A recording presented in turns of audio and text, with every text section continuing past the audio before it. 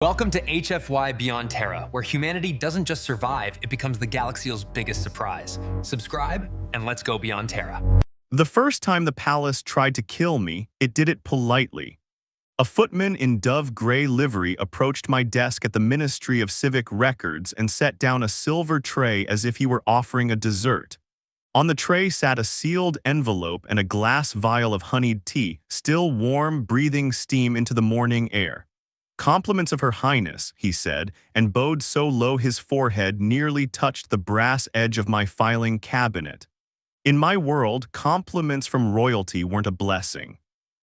They were a test, a hook, or a warning, sometimes all three braided together. I didn't touch the tea. I didn't even let my fingers brush the envelope. Instead, I lifted both items with tongs I used for carbon paper and moved them to the iron safe behind my chair. The footman watched, face composed, eyes slightly too bright. He didn't ask why. He didn't need to. Everyone in the city knew what happened to clerks who accepted royal favors without thinking. They developed sudden illnesses, they tripped on stairwells that hadn't been there yesterday, they became examples. After the footman left, I locked the safe and sat still, listening for the faintest tick. Nothing, I exhaled. Then, because I'd survived long enough to be suspicious of survival, I removed the envelope first and waved it under a tester strip. No poison, no volatile ink. I cracked the seal. Inside was a single slip of paper, narrow as a bookmark. "Your honesty has become inconvenient. Come to the Winter Gallery at midnight. Bring the photograph, no signature, no crest, but the handwriting, sharp, slanted, like a blade leaning forward, was famous. Princess Amara of Halcyon had a way of making even ink sound like a whisper. I stared at the words until the edges of the paper blurred. Bring the photograph. My throat tightened as if my body remembered what my mind tried to forget. I reached into my coat pocket on instinct, then stopped. The fabric there was worn thin from years of my thumb rubbing the same spot. That's where I kept it. The small square of glossy paper tucked behind the lining, pressed against my ribs like a second heart. A photo I should not possess. A photo that, if discovered, could turn my life into a public execution with music.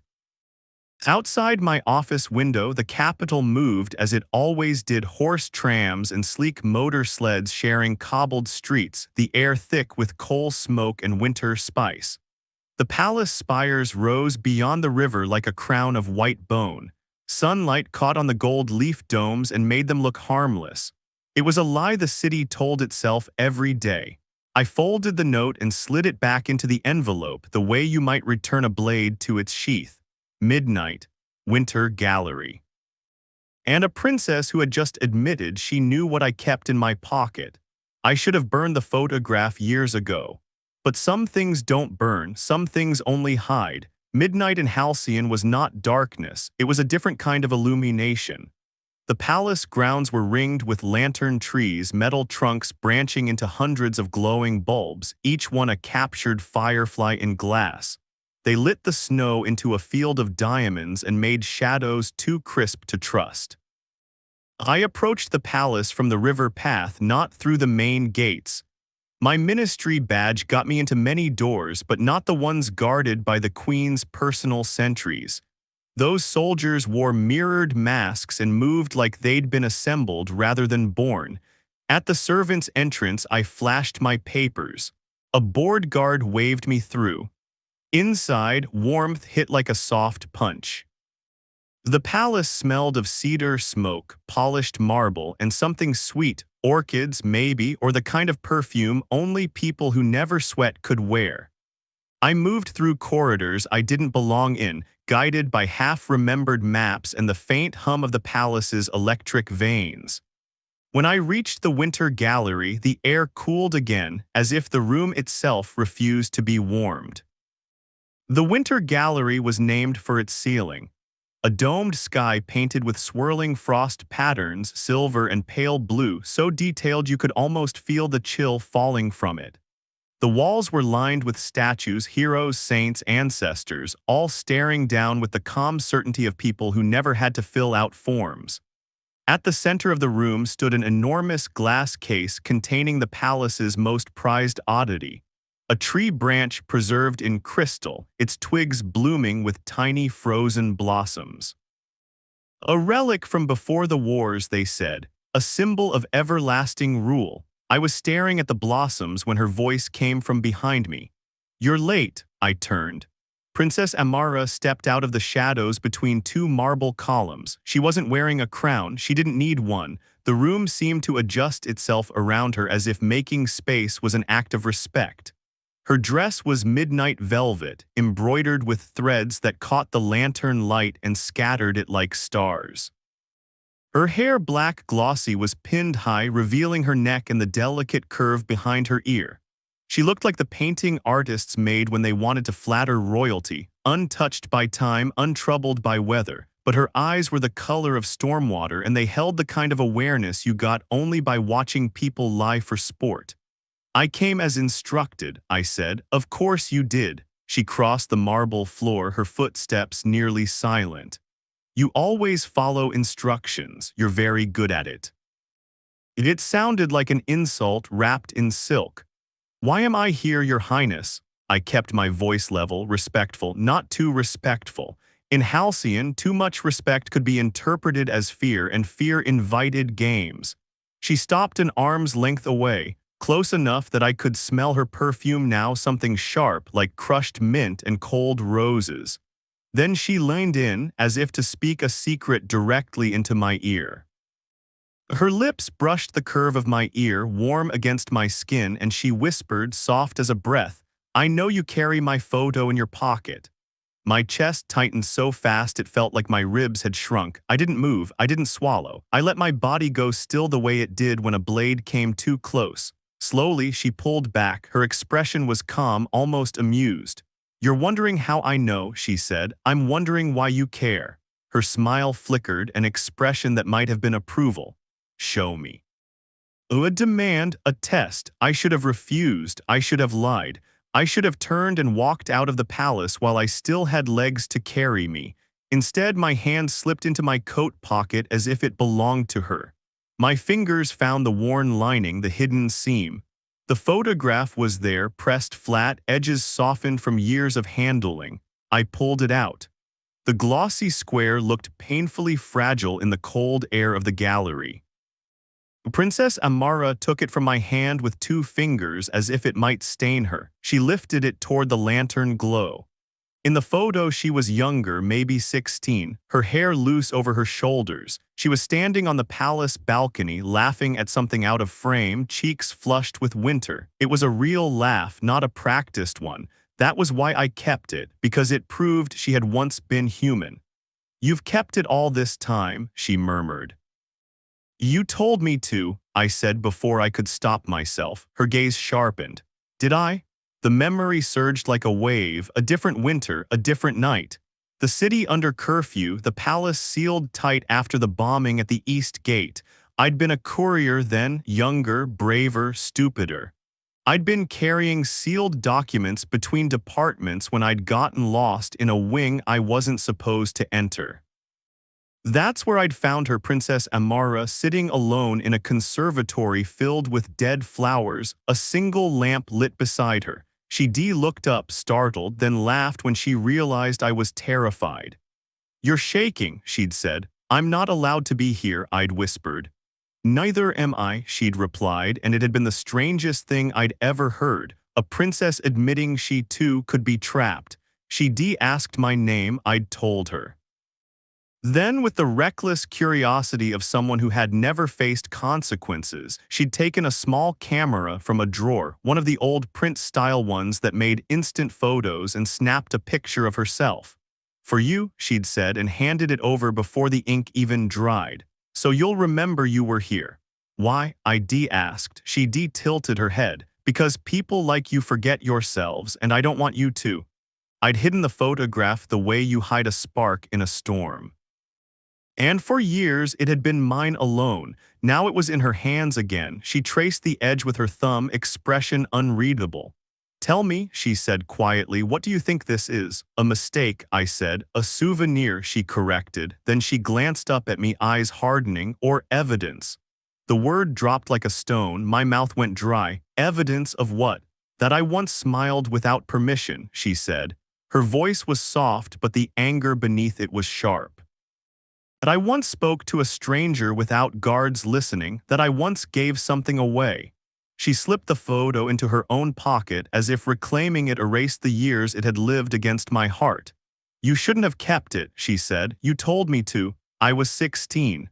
And I was stupid, I said. We've both grown. Her gaze held mine for a long moment, then she stepped back, her skirts whispering across the marble.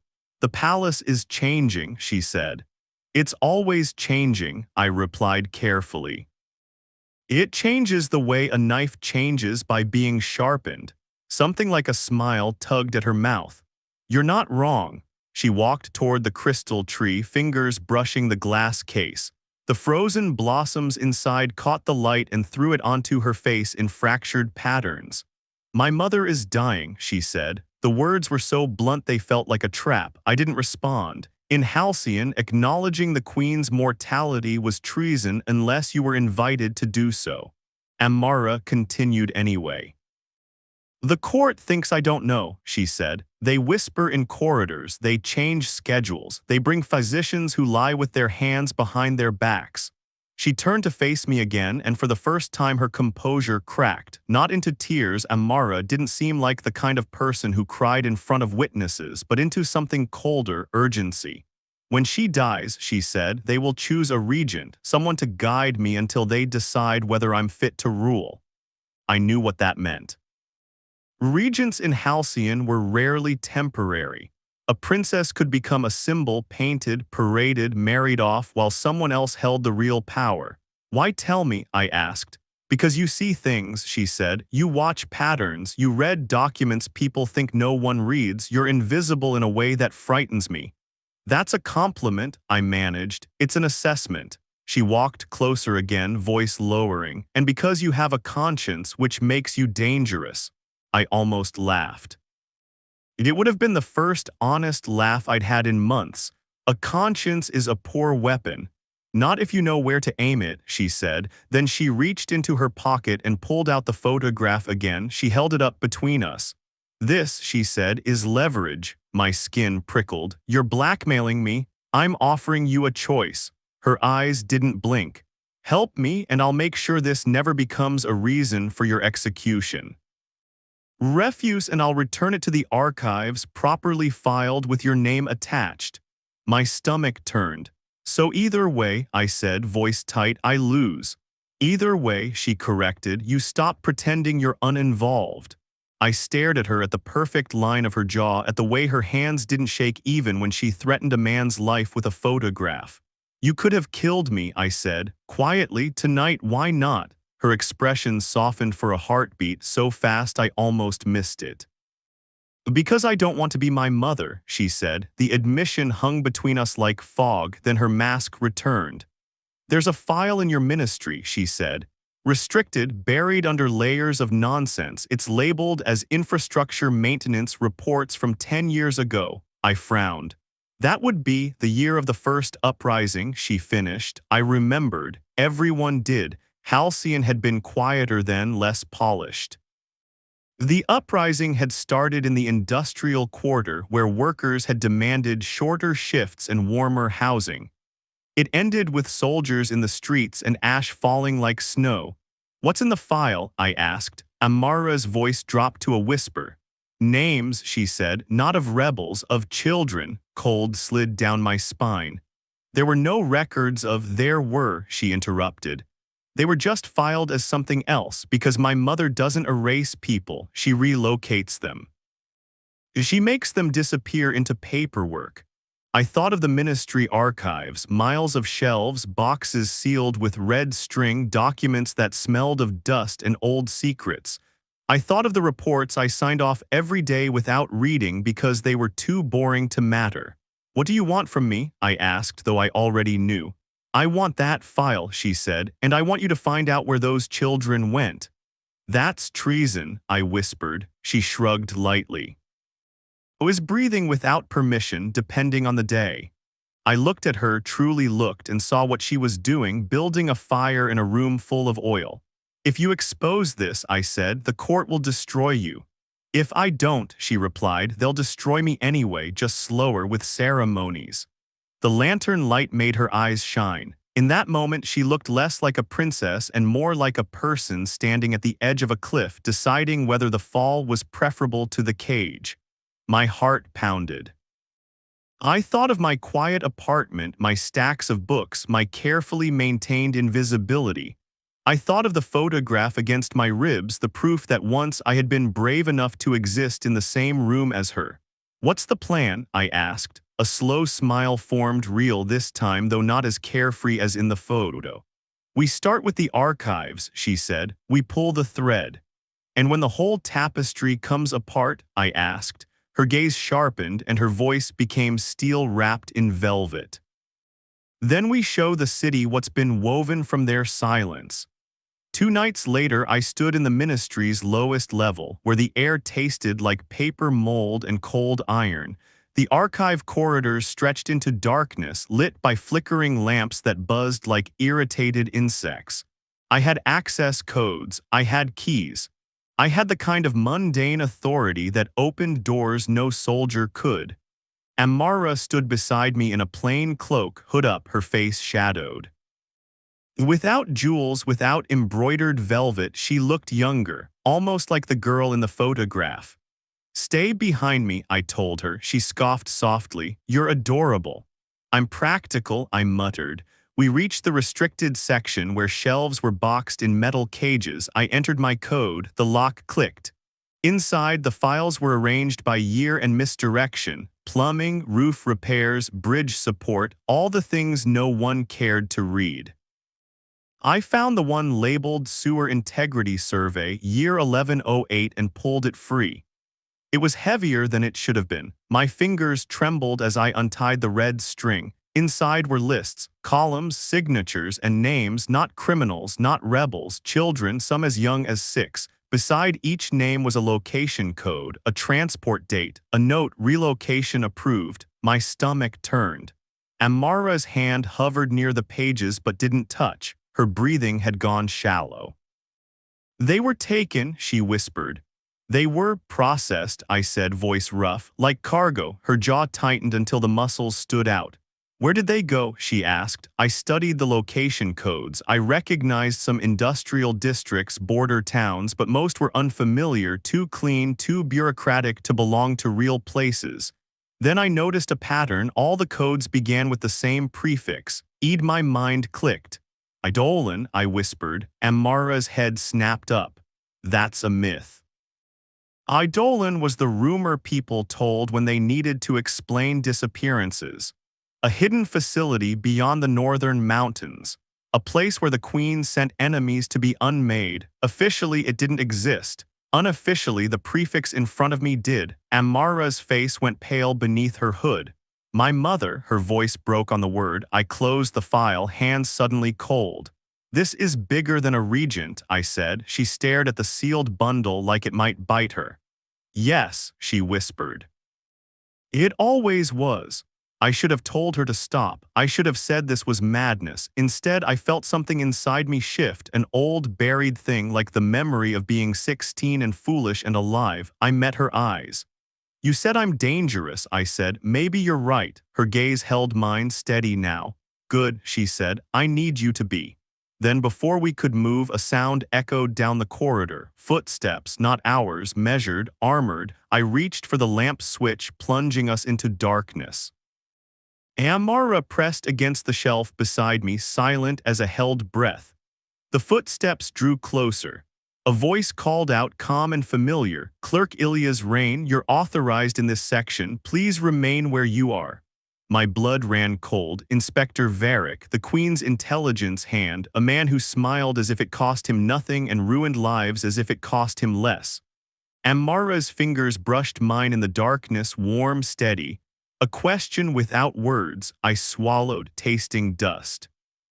We were caught between shelves of secrets, holding evidence that could burn the palace to the ground. And somewhere in my mind, absurdly, I thought of the photograph of Amara laughing on a balcony before she knew what her smile could cost. The footsteps stopped a few feet away. The lamp clicked on. Light flooded the corridor. Inspector Varick stood there, hands clasped behind his back, eyes scanning the shelves with polite interest. His gaze landed on me. Then slowly it shifted just a fraction to the shadow beside the shelf, to the place where a princess hid. His smile widened. "Ah," he said softly, "so that's why you kept her picture." Amara's breath caught, and for the first time I understood. The palace hadn't tried to kill me with tea. It had simply been inviting me to step into a story where everyone already knew my name.